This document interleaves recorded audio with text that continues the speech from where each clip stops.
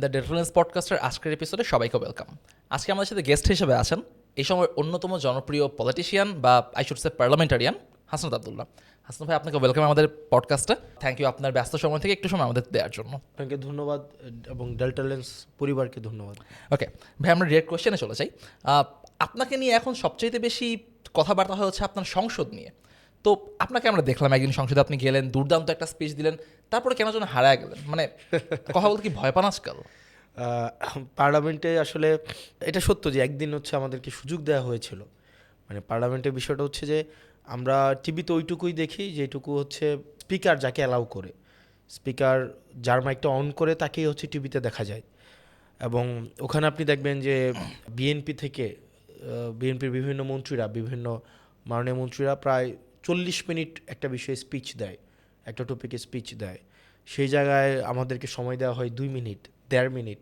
আপনি যদি দেখেন আমি টোটাল 5 দিন কথা বলেছি, একদিন 1.5 মিনিট, একদিন 1 মিনিট 40 সেকেন্ড, একদিন 2 মিনিট, আর আরেক দিন হচ্ছে 6 মিনিট দিয়েছে, 1 মিনিট পরে বাড়িয়ে দিয়েছে 7 মিনিট।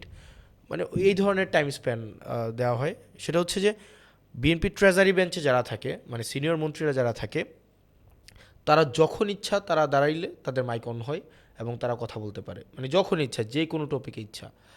আর আমাদের এই বেঞ্চ থেকে শুধুমাত্র বিরোধী দলীয় নেতা উনি দাঁড়াইলে ওনাকে হচ্ছে স্পিকার অ্যালাউ করে কথা বলার জন্য। আর আমরা যারা হচ্ছে বেসরকারি সদস্য আছি, আমাদের হচ্ছে অনুমতি নিয়ে কথা বলতে হয়। আপনি দেখা যায় এমনও হয় সারাদিন হাত তুলে রাখার পরে 2 মিনিটের জন্য অ্যালাউ করা হয়। লাস্ট অধিবেশনে অন্তত 15 থেকে 20 বার টাইম চাওয়া হয়েছে। আপনি দেখবেন যখন জুলাই গণঅভ্যুত্থান জাদুঘরের যে আইনটাকে আমাদেরকে না জানিয়ে হচ্ছে সংশোধিত আকারে সংসদে উত্থাপন করা হয়, সেদিন অন্তত 15 থেকে 20 বার স্পিকারের দৃষ্টি আকর্ষণ করা হয়েছে সময় দেওয়ার জন্য। সেক্ষেত্রে দেখা যায় উনি অ্যালাউ করেনি। আবার দেখবেন যে আমাদের যে বিলগুলো এসছে সংসদে, অর্ডিন্যান্সগুলোকে বিল আকার উত্থাপন করা যেগুলো হয়েছে, সেখানে দেখবেন আমাকে যেমন মানবাধিকার কমিশন বিষয়ে কথা বলতে বলা হয়েছিল, আমাকে স্পিকার টাইম দিয়েছে মাত্র 2 মিনিট। পরে রিকোয়েস্ট করে এটাকে আরও 2 মিনিট বাড়ানো হয়েছে 4 মিনিট। একটা বিল নিয়ে অন্তত 15-20 মিনিট কথা বলতে হয়। আপনি দেখবেন আমরা 2 মিনিট কথা বলার পরে ট্রেজারি বেঞ্চ থেকে সালাউদ্দিন আহমেদ অথবা আসাদুজ্জামান সাহেব, ওনারা 20 থেকে 25 মিনিট কথা বলে এবং ওনাদের যে যুক্তিগুলো থাকে এগুলোকে ডিবাঙ্ক করার কিন্তু পরবর্তীতে সুযোগ দেওয়া হয় না। তো সংসদটা আসলে ওইভাবেই অপারেট করার কারণে দেখা যায় বিরোধী দল কথা বলে না, বিষয়টা এমন না, বিরোধী দলকে কথা বলতে দেওয়া হয় না। যে টপিকে আপনি কথা বলতে পারবেন 2 মিনিট, যে বিলের উপর আপনি কথা বলছেন 2 মিনিট, একই বিলের উপরে আপনি বলার পরে সরকারি দল থেকে কথা বলে 25 মিনিট 30 মিনিট, ওই 30 মিনিটে যদি তারা কোনো ভুল ব্যাখ্যাও দেয় সেটাকে ডিবাঙ্ক করার সুযোগ আবার বক্তাকে দেওয়া হয় না। তো যার কারণে মনে হয় যে অপোজিশন হচ্ছে অনেক বেশি মিউটেড, অনেক বেশি ইনভিজিবল, অনেক less present in the parliament, এটা মনে হয় আর কি।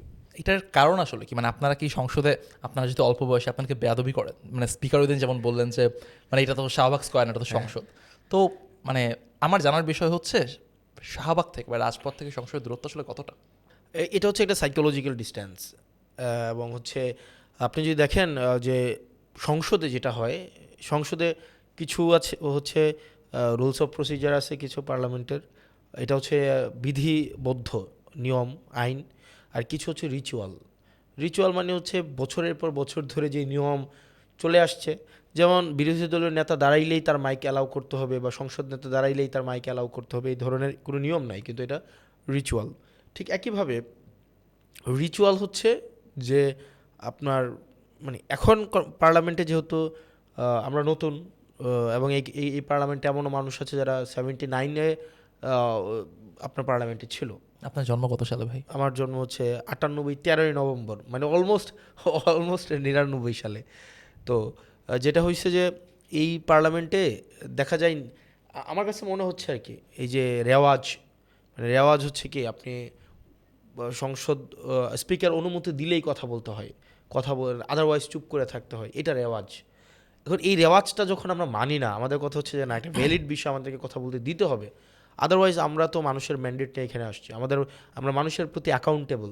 আমরা যারা আমাদেরকে ভোট দিয়েছে তাদের প্রতি তো আমরা অ্যাকাউন্টেবল, তাদেরকে আমরা জবাবদিহি করতে হবে, তাদের প্রতি আমাদের জবাবদিহিতা আছে। আপনি যদি আমাদেরকে অ্যালাউ না করেন তাহলে আমরা মানে কি, তাহলে আমাদের রাজপথে আসতে হবে আবার, তাহলে তো ওই পার্লামেন্টকে আমার অপারেশনাল করা যাচ্ছে না।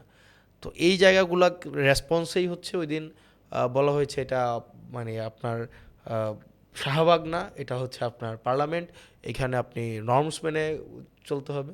তবে নর্মস যেটা জনবিরুদ্ধে গণবিরোধী কোনো বিল, গণবিরোধী কোনো অবস্থান, এটা পার্লামেন্টেরই হোক, এটা সরকারি হোক, সেক্ষেত্রে রেওয়াজ আর রীতিনীতির আমি ব্যক্তিগতভাবে মনে করি না তোয়াক্কা করতে হবে। আমি ব্যক্তিগতভাবে মনে করি জনগণের স্বার্থ যেখানে লঙ্ঘিত হবে সেখানে নিয়ম, কোনো রীতিনীতি, কোনো রেওয়াজ এগুলোর পরোয়া আমি করব না। যেটাতে জনগণের স্বার্থ যেখানে রক্ষিত হবে সেটার জন্য যা করা লাগে আমি করব। তো আমার চোখের সামনে সেখানে মানবাধিকার কমিশন ল্যাপস করে দেওয়া হয়েছে, পুলিশ সংস্কার কমিশন নিয়ে সেখানে কোনো কথা বলা হয় নাই। সেখানে আমাদের সামনে এক ধরনের বিএনপি পুকুর চুরি করেছে, দুইটা দুইটা অর্ডিন্যান্সকে তারা হচ্ছে এক রকমের এটাকে জুচ্চুরি বলা চলে, দুইটা অর্ডিন্যান্স বিরোধী দলকে না জানিয়ে তারা নিজেদের মতো করে সংশোধন করে তারা হচ্ছে পাশ করিয়ে নিয়েছে। কোন দুইটা? একটা হচ্ছে জুলাই জাদুঘর অর্ডিন্যান্স, আর একটা হচ্ছে ব্যাংকের একটা অর্ডিন্যান্স ছিল যেটা দিয়ে হচ্ছে ওই এসালমকে আবার হচ্ছে তাদের মালিকানাটা মাত্র 2600 কোটি টাকা ফেরত দিলে তারা আবার তাদের মালিকানা ব্যাক পাবে, এই ধরনের একটা অর্ডিন্যান্স। এটা হচ্ছে এই দুইটা জুট চুরি করা হয়েছে, পুকুর চুরি করা হয়েছে, আমাদেরকে জানানোও হয় নাই। তো যখনই প্রতিবাদে আপনারা কি করেছেন? যখনই আমরা প্রতিবাদ করেছি তখনই বলা হয়েছে mister Abdullah, this is not Shahbag square, this is parliament, so this is how you are muted and we are muted. তো এখন দেখা যায় পার্লামেন্ট যদি ফাংশনাল না হয় সেক্ষেত্রে street has always been the ultimate solution, সেখানে যাইতে হবে। কিন্তু আপনাদের প্রতিবাদটা একটু বেশি নরম হয়ে যাচ্ছে না? আপনারা স্পিকারের সাথেও কথায় পারেন না, সালাউদ্দিন সাহেবের সাথে কথায় পারেন না, আপনারা আইনমন্ত্রী সাহেব তার সাথে কথায় পারেন না, মানে আপনারা কি জাতীয় পার্টিটাই বিরোধী দল হয়ে গেছেন, গৃহপালিত? এখন বিষয়টা হচ্ছে আমি বললাম যে এখানে যেটা হয়, যেমন একটা বিষয়ে মানবাধিকার কমিশনে বা যে কোনো, যেমন আক্তার ভাই ওই দিন বিচার বিভাগ পৃথকীকরণ, সচিবালয় পৃথকীকরণের বিষয়ে উনি 8 মিনিট কথা বললেন, 8 মিনিট কথা বলতে ওনাকে দেওয়া হয়েছে। তো সেটার রেসপন্সে সালাউদ্দিন সাহেব 40 মিনিট কথা বললেন, এবং এই 40 মিনিটে আমরা যেই জায়গাগুলোতে দেখছি যে উনি যে লুজলি কানেক্টেড উনি আর্গুমেন্টগুলো দিচ্ছেন বা স্ববিরোধী যেই আর্গুমেন্টগুলো দিচ্ছেন সেগুলো যখন নোট করে আবার পরবর্তীতে আমরা রিভার্টাল দেওয়ার জন্য দাঁড়িয়েছি, তখন আবার বলছে এটা রেওয়াজ, ট্রেজারি বেঞ্চের থেকে কথা বলার পরে আর কথা বলার কোনো রেওয়াজ নাই, তার মানে ওইটাই হচ্ছে আলটিমেট কথা। তো দেখলাম যে এই বিষয়গুলো হচ্ছে কমপ্লিটলি এই রেওয়াজগুলো পরিবর্তন হওয়া উচিত। রেওয়াজ তো সেটা যেটা আপনি মানতেছেন, বছরের পর বছর, যুগের পর যুগ যেগুলো চলে আসছে সেটাই রেওয়াজ, এগুলোর পরিবর্তন হওয়া উচিত। আর হচ্ছে আর যে বিষয়টা বললেন যে না, আমরা গভর্নমেন্টকে স্পেস দিয়েছি, আদারওয়াইজ দেখা যাবে ডক্টর মোহাম্মদ ইউনূস যখন ইন্টারিম গভর্নমেন্ট উনি অফিসটা নিলেন তখন দেখা গিয়েছে কিন্তু এখন যারা গভর্নমেন্টে আছেন তারা কিন্তু অসহযোগিতা করেছে। তারা দেখবেন আন্দোলন, প্রত্যেক দিন রাস্তায় আন্দোলন হতো, তারা তার বাসা ঘেরাও করে তারা আন্দোলন করেছে, তাকে কাজ করতে দেয় না। আপনারাও তো করেছেন, আওয়ামী লীগ নিষিদ্ধের জন্য আমরা বাসা ঘেরাও আমরা করেছেন। আমরা আমরা আমরা হচ্ছে মানে ইউনুসকে কাজ করতে দেয় নাই এটা হয় নাই, আমরা বাসা তো ঘেরাও ইউনুসকে বাধ্য করেছি, বা ইউনুসের যে অফিসিয়াল টাস্ক আমরা হচ্ছে এখানে বাধা দিয়েছি, এটা হয় নাই। এখন আওয়ামী লীগের ইস্যু, তারপর হচ্ছে অভ্যুত্থান বিরোধী কোনো ইস্যু, সেই ইস্যু তো হচ্ছে এটা জাতীয় ইস্যু, কিন্তু আপনি আপনার ব্যক্তিগত কাউকে মেয়র বানানোর জন্য, কাউকে কোনো পোস্টে দেওয়ার জন্য, আপনি একটি পার্টিকুলার ডেট হচ্ছে একদম দলীয় স্বার্থের জন্য বা ব্যক্তিগত স্বার্থের জন্য কোনো মুভমেন্ট সেখানে কোনো কিছু ইনস্টিগেট করা হয়েছে সেটা অবশ্যই না। তো আমরা চাইনি যে ডক্টর মোহাম্মদ ইউনূস বিভিন্ন ব্যর্থতার জন্য কিন্তু এই গভর্নমেন্টে যারা সংশ্লিষ্ট তারা বলে তাদেরকে কাজ করতে দেওয়া হয়নি, ঠিক একইভাবে এই গভর্নমেন্ট যেন কোনোভাবেই এই এলিগেশনটা না উঠাইতে পারে, তাদের ব্যক্তিগত ব্যর্থতার দায় যেন এইভাবে না দিতে পারে যে আমাদেরকে কাজ করতে দেওয়া হয়নি, সেজন্য ইনিশিয়ালি আমরা স্পেস দিয়েছি, but it doesn't mean that এটা হচ্ছে একদম সবসময় হবে। যখন এই স্ট্রাকচারাল ইস্যুগুলা যদি পার্লামেন্টে আপনার সমাধানের পথ তারা বন্ধ করে দেয় সেক্ষেত্রে অবশ্যই আমাদেরকে স্ট্রিট অকুপাই করতে হবে, এটা আলটিমেট সলিউশন। আচ্ছা, আপনি তো এমপি ইলেক্টেড হইলেন, মানে আমরা দেখলাম যে আপনি লাইভে এসে ক্লাস নিচ্ছেন, খেজুরের বিবরণ দিচ্ছেন, আবার সংসদে গিয়ে স্পিচ দিচ্ছেন। এখন মানে মেইনলি আসলে এমপি হিসেবে আপনার কাজটা কি, এটা বলেন দেখি। আপনি যেটা বললেন সেটা হচ্ছে ওই ক্লাস নেওয়ার বিষয়টা হচ্ছে কি, এটা আমি কন্টিনিউ করব, সেটা হচ্ছে আমরা গভর্নমেন্টটা ফাংশন কীভাবে করে সেটা আমরা অনেকেই জানি না, মানে গভর্নমেন্টকে আসলে কীভাবে, আমার ইউনোর সাথে পিপলের সম্পর্কটা কী, বা ইউনোকে আমি কিভাবে তার থেকে কী সেবাটা আমি নিব। আমার ফর এক্সাম্পল জমিতে একটা সমস্যা, সেটার জন্য আমি কার কাছে যাব, সেটার জন্য কি আমি এমপির কাছে যাব, উপজেলার চেয়ারম্যানের কাছে যাব, নাকি থানায় যাব। আমার ডিভোর্সের একটা ইস্যু বা পারিবারিক কোনো একটা ইস্যু, সেটার জন্য আমি কার কাছে যাব, কার কাছে গেলে আমি কোন দপ্তরে গেলে এটা সমাধান পাবো। আমার পুকুরের হচ্ছে এখানে মাছ বা আমার কৃষি রিলেটেড কোনো কিছু একটা ইস্যু, সেটার জন্য আমার কার কাছে হেল্পটা নিতে যাইতে হবে। মানে গভর্নমেন্টের কোন উইন্ডোটা কোন ধরনের সার্ভিস প্রোভাইড করে সেটা সম্পর্কে আমরা জনগণ অধিকাংশ হচ্ছে এই বিষয়গুলো আমরা না জানার কারণে আমরা প্রপার সার্ভিসটা সেখানে আমরা নিতে পারি না। সেজন্য আমার কাছে মনে হচ্ছে এই গভর্নমেন্ট এটা এই যে ধারণাটা বা গভর্নমেন্টের সার্ভিসে পিপলের অ্যাক্সেসটা এনশিওর করার জন্য আমার এই জিনিসটা জনগণকে বোঝানোটা খুবই গুরুত্বপূর্ণ। সেই জায়গা থেকে হচ্ছে এই আপনি ক্লাস বলেন বা হচ্ছে ইনফরমেশন শেয়ার বলেন, এই বিষয়গুলো অব্যাহত থাকবে। একটা এমপির কাজ বেসিকলি হচ্ছে একটা অ্যাডভাইজারি রোল। আমি যদি এলাকায় বলি, এলাকায় হচ্ছে অ্যাডভাইজারি রোল উনি প্লে করবেন। উনি আইন শৃঙ্খলা বিষয়ে একটা অ্যাডভাইজারি রোল প্লে করবেন। উনি উপজেলার সমন্বয় বিষয়ে অ্যাডভাইজারি রোল প্লে করবেন। সেটা হচ্ছে যে উপজেলার যতগুলো দপ্তর আছে, পুলিশ, প্রশাসন, কৃষি, তারপর হচ্ছে এলজিআরডি, তারপর হচ্ছে রুটস অ্যান্ড হাইওয়ে, প্রত্যেকটা দপ্তর আপনার এদের দপ্তর প্রধানদের নিয়ে একটা হচ্ছে একটা কমিটি আছে। এটা হচ্ছে উপজেলা একটা মিটিং হয় প্রত্যেক মাসে, সমন্বয় মিটিং। ওই সমন্বয় মিটিংয়ের উনি হচ্ছেন আপনার সভাপতি, উনি হচ্ছেন প্রধান পৃষ্ঠপোষক। একইভাবে আইন শৃঙ্খলা কমিটির উনি প্রধান পৃষ্ঠপোষক। এবং যতগুলো প্রতিষ্ঠান আছে, প্রতিষ্ঠানে ওনার একটা অ্যাডভাইজারি রোল আছে। তো অ্যাডভাইজারি রোলটা কি? অ্যাডভাইজারি রোলটা হচ্ছে ওনার কিন্তু ফাংশনাল রোল না, এটা হচ্ছে অ্যাডভাইজারি রোল। অর্থাৎ উনি উপদেশ দিবেন। কারণ যেহেতু জনগণ একদম সরাসরি ভোটে ওনাকে নির্বাচন করেন, ওনার কাছে বিভিন্ন ধরনের জনপ্রত্যাশা সাবমিশনের জায়গাটাও কিন্তু হচ্ছে এমপি। আপনার জনগণের যে প্রত্যাশা, জনগণের যে অভিযোগ, সেটা কিন্তু সাবমিট হয়, সেটা প্লেস করা হয় এমপির কাছে। এমপি তখন ওই দপ্তরগুলোতে ওই প্রত্যাশাটা রিফ্লেক্ট করবেন যে আপনি কৃষিতে আপনি এই ধরনের নীতি প্রণয়ন করেছেন, কিন্তু আমার জনগণের চাওয়া বা জনগণের অভিযোগ বা জনগণের প্রত্যাশা বা প্রাপ্তি, এই বিষয়গুলো হচ্ছে এইটা, সুতরাং আপনি এটাকে এক্সিকিউট করবেন। এই জায়গাটা অর্থাৎ জনগণের সাথে সরকারের এই সংযোগটা, ব্রিজটা করেন হচ্ছে এমপি। এবং নীতি প্রণয়নের সর্বোচ্চ যে জায়গা পার্লামেন্টে, সেই জিনিসগুলোকে প্লেস করবেন। এটা হচ্ছে একটা এমপির কাজ। এখন যেটা হয়ে থাকে নর্মালি, এই ব্রিজটা না করে, অর্থাৎ জনগণ এবং গভর্নমেন্টের মাঝে যে ব্রিজটা এমপি করবেন, এটা না করে এমপি জনগণ বিচ্ছিন্ন হয়ে যায়। জনগণের প্রাপ্তি প্রত্যাশার মধ্যে যে সংযোগ ঘটানোর কথা, সেটা না ঘটিয়ে দেখা যায় এমপি ব্যক্তিগত কাজ আমরা আবার ব্যক্তিগত সুবিধা, ব্যক্তিগত হচ্ছে প্রয়োজন, এগুলোর ব্যক্তিগত ব্যবসা, ব্যক্তিগত প্রভাব পরিধি বৃদ্ধির জন্য উনি দেখা যায় বেশিরভাগ ক্ষেত্রে রেওয়াজ অনুযায়ী চলে আসছে। বেশিরভাগ ক্ষেত্রে উনি দেখা যায় এলাকা ছেড়ে শহর কেন্দ্রিক হয়ে যায়, যার কারণে জনগণ বিচ্ছিন্নতা তৈরি হয় এবং জনগণের প্রত্যাশাটা পলিসিতে তখন আর রিফ্লেক্ট হয় না।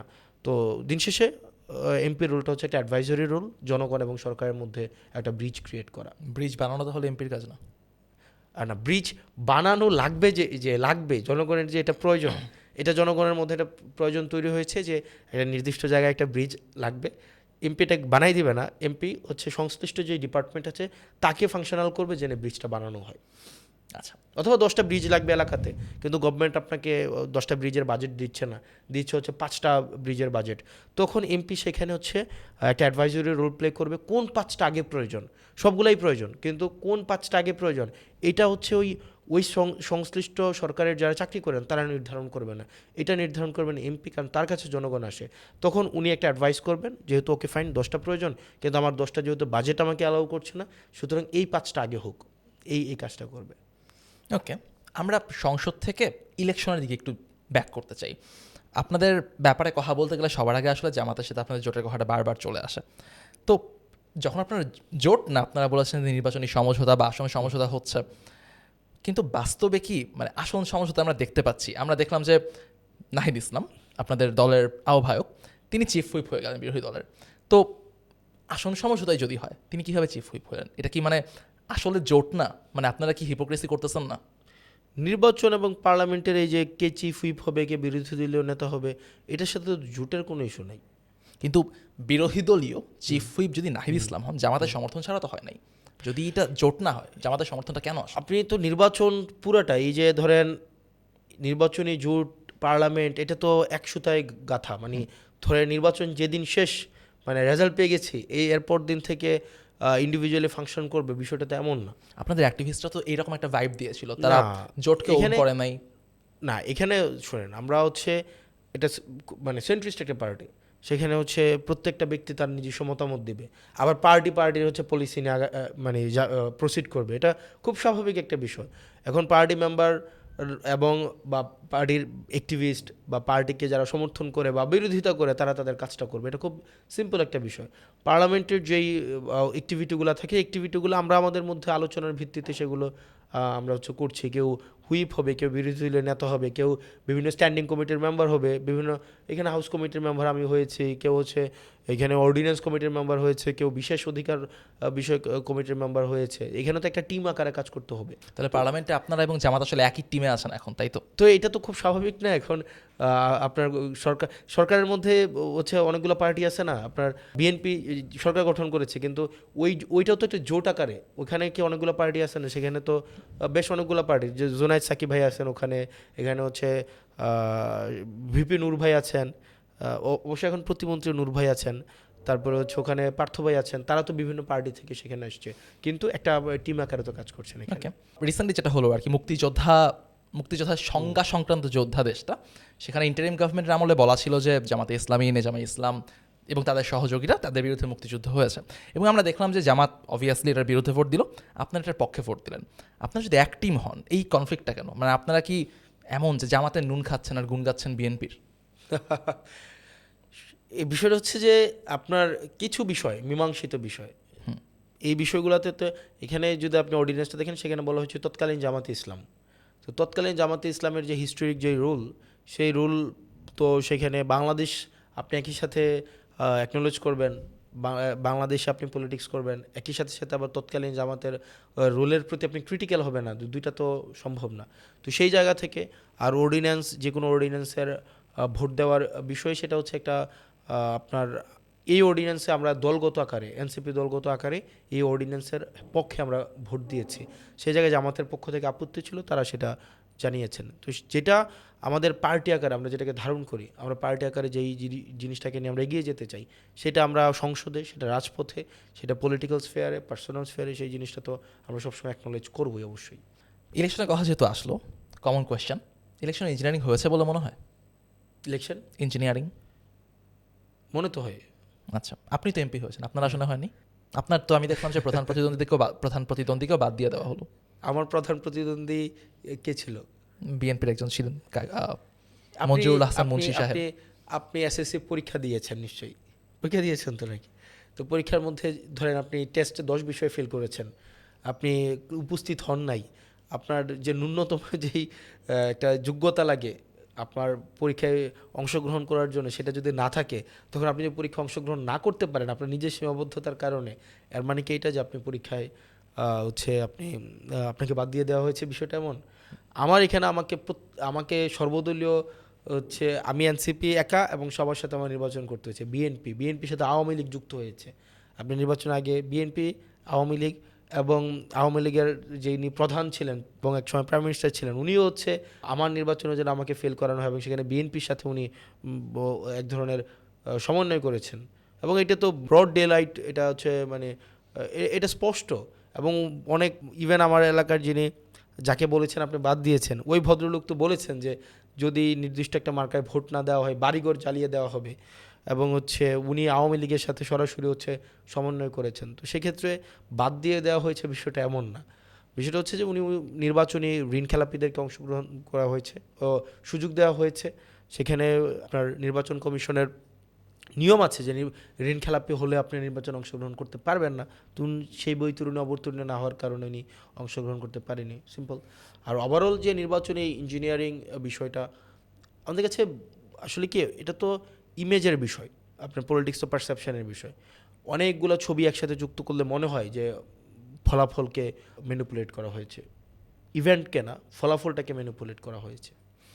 এত প্রতিকূলতার মধ্যে আপনি ইলেকশনে জিতে আসলেন, এটার পেছনে সবচাইতে বড় কারণ বলে কি মনে করেন? হ্যাঁ, সবচাইতে বড় কারণ ইয়াং পিপল, ইয়াং যে জেনারেশনটা আছে তারা, এবং নারীরা।